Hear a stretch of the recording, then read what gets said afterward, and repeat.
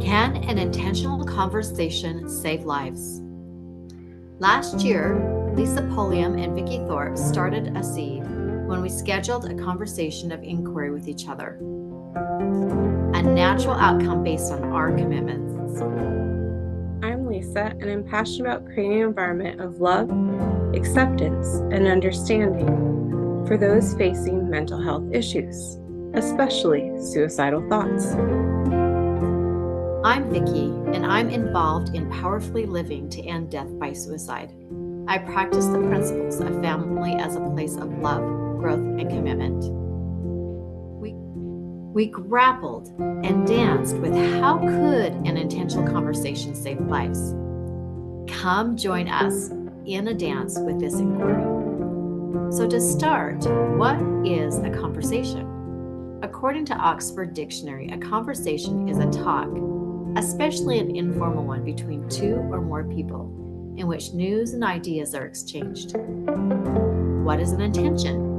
Oxford states an intention is a thing intended, an aim or a plan. Wiki says an intention is a mental state in which the agent commits themselves to a course of action. These inquiries led to a deepening of the exploration, and our seedlings started to grow. What if the intention with each conversation was love, support, and making a difference? What would it be like if that intention happened more often and was what we listened for? What structures could expand intentional conversations to save lives? Where could we create an environment of role models who have genuinely struggled and lived powerfully? How would it feel to have powerful community support through most challenging days?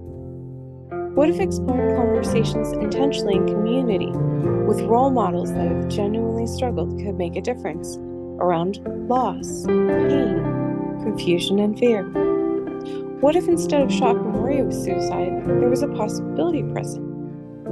We inquired into how we could expand our intentional conversations with each other to make a difference in the world. And so, those conversations sprouted into a podcast that is still growing. In preparation, we embarked on creating outcomes and measures. Our intended outcomes are: people have access to experiencing self-acceptance and self-love through hearing they are not alone. They are present to there are tools others have discovered to manage their lives, and that those tools are accessible, granting those who are grappling with suicidal ideation and access to stepping into an empowering context. The title of the podcast is Powerfully Navigating Suicidal Thoughts, and the hosts are Lisa Pulliam and Vicki Thorpe. We started taping the podcast last year.